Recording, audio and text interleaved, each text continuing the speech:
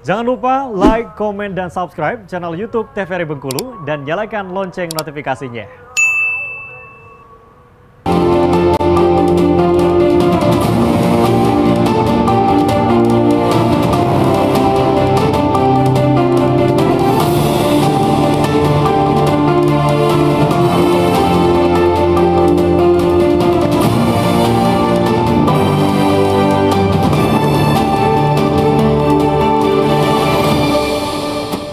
Ya, terima kasih pemirsa TVRI Bengkulu, Anda kembali menyaksikan program acara Berendo masih dalam tema yang sama berkaitan dengan pemilu di mata pemuda.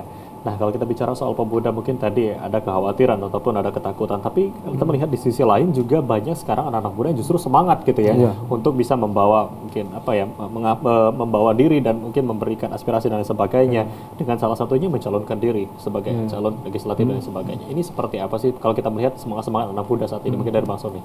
Ya, semangat anak muda hari ini saya pikir perlu diacungi jempol.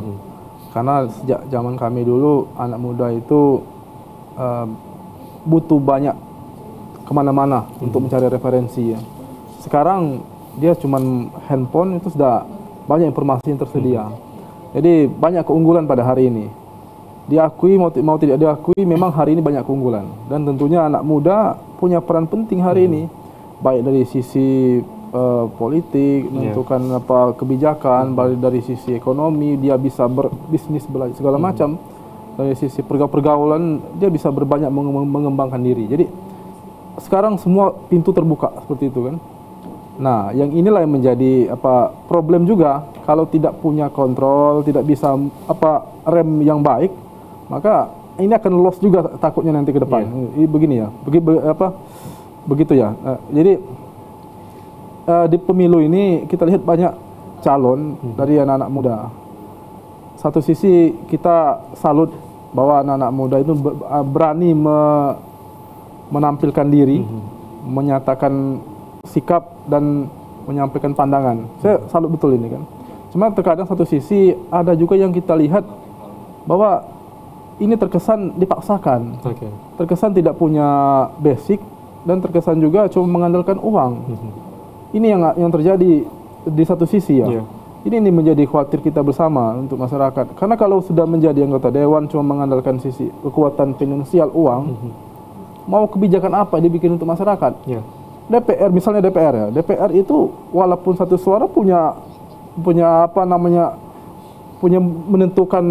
menentukan kebijakan masyarakat walaupun satu suara. Jadi nggak main-main itu kan. Satu orang DPR itu mewakili berapa orang, bisa suaranya itu berpengaruh.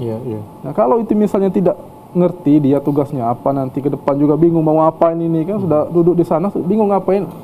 Nah, ini yang jadi khawatir kita. Kalau kita melihat memang sisi positifnya adalah semangat anak muda saat ini ya untuk menampilkan dirinya, tetapi ada sisi negatifnya juga. Ini menjadi kekhawatiran ini bisa dimanfaatkan oleh mungkin pihak-pihak lain, pihak-pihak yang mungkin bisa melakukan hal itu.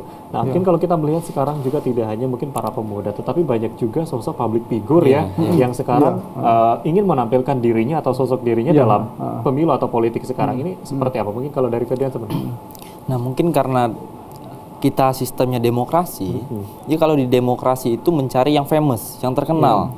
Kalau nggak kenal dia nggak akan dipandang. Nah, kekurangannya cuma itu sebenarnya. Nah, tapi bagaimana kita mengenal sosok itu? Nah, kredibilitasnya yang kita ukur. Kita lihat gagasannya. Kalau misalnya, contohnya ada calon legislatif atau DPR yang berjanji akan membangun jalan, kan itu udah meleset, Bang. Itu ranahnya eksekutif. Nah, maksud saya kita harus tahu mana yang benar-benar punya kapasitas terhadap dia pencalonan ini, atau hanya sekedar memenuhi kekosongan. Nah, atau mungkin disampaikan Abang tadi itu ada paksaan, jangan sampai. Nah, mahasiswa sekarang atau pemuda sekarang harus cerdas dalam melihat kredibilitas ataupun kapasitas daripada pihak calon itu menjadi tolak ukur. Kalau misalnya dia mencalonkan sebagai eksekutif, lihat visi misi dia. Nah, sebenarnya eksekutif lihat juga visi misinya. Lihat bagaimana ranahnya. Kalau misalnya legislatif sudah mau memasuki ranah eksekutif, nah itu udah dipastikan, jadi udah nggak paham dari itu 3 pilar demokrasi itu. Melihat program ini apakah memang sejalan gitu ya, yang akan dilakukan dengan ranah masing-masing seperti itu. Kalau dari Bang Sony seperti apa melihat banyaknya public figure yang saat ini justru mulai bermunculan di ranah politik ini sendiri? Ya, saya melihat memang hari ini banyak semua orang, karena ini kan terbuka, zamannya udah reformasi, ini terbuka semua, kan semua punya kesempatan. Nah, makanya penting kita sebagai pemilih ini dilihat betul. Kalau saya begini, kita melihat calon itu, kita kan mau pemilihan legislatif ini yang pertama ini kan. Yang pertama lihat dulu dari sisi kedekatan. Dia ini siapa? Masih saudara kah, masih famili atau teman dekat atau seperti apa itu kan? Dan yang kedua baru lihat dia ini seperti apa orangnya, maksudnya kapasitas dia seperti apa, kualitas dia seperti apa, gagasannya apa, idenya apa kalau udah menjadi DPR nanti misalnya kan. Ini perlu dilihat. Baru nanti ya, seperti apa kita menentukan. Saya pikir itu kalau saya pribadi ya. Karena kalau misalnya kita memilih berdasarkan uang, berdasarkan dia terkenal, dia kasih uang ke kita itu kan. Nanti ketika dia sudah jadi, kita punya kepentingan apa, kita mau, kalau bahasa Bengkulu kita nak berkendak, tidak bisa gitu kan. Nah itu kan. Nah kalau dia memang kenal betul sama kita kenal sama dia kenal sama kita, dan kita tahu kualitas dia memang betul cocok di sana, dan dia kita pilih. Ketika suatu saat kita punya kepentingan, punya apa, masalah apa, kita bisa minta ke dia. Coba kalau misalnya dibayar, tentu nggak akan ada batasan seperti itu kan.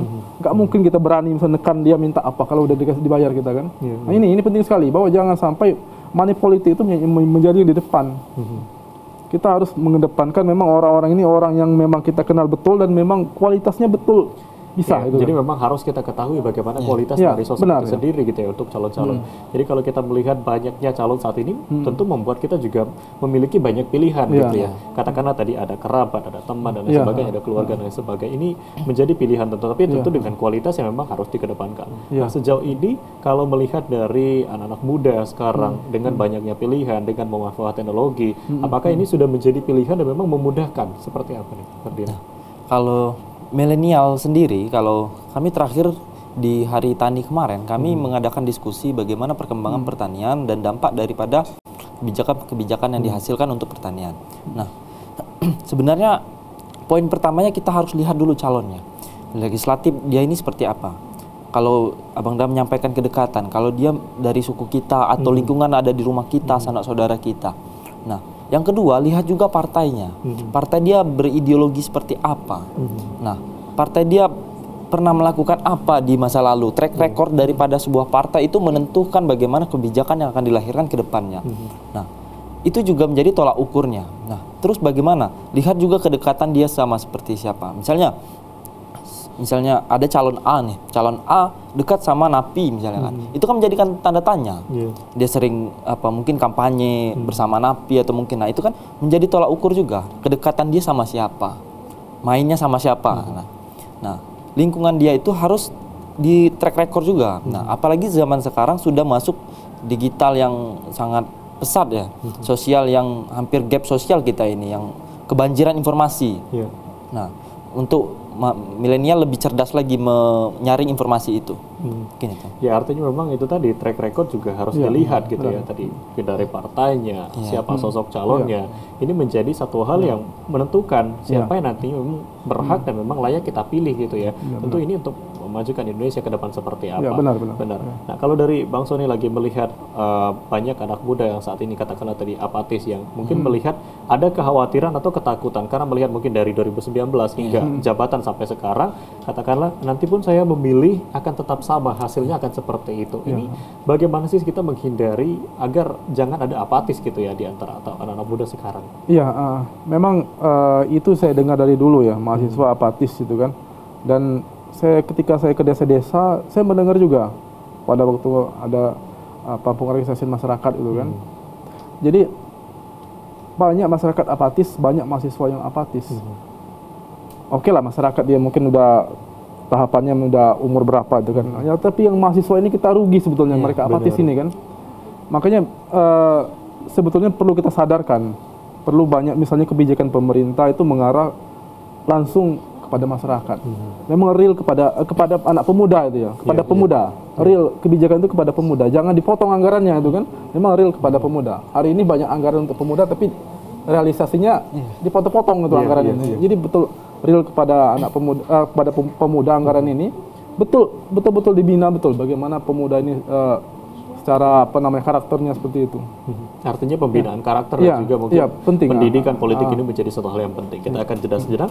Baik pemirsa TVRI Bengkulu, masih dalam tema yang sama, pemilu di Mata Pemuda. Kami akan kembali setelah jeda pariwara berikut ini, tetap di Berendo.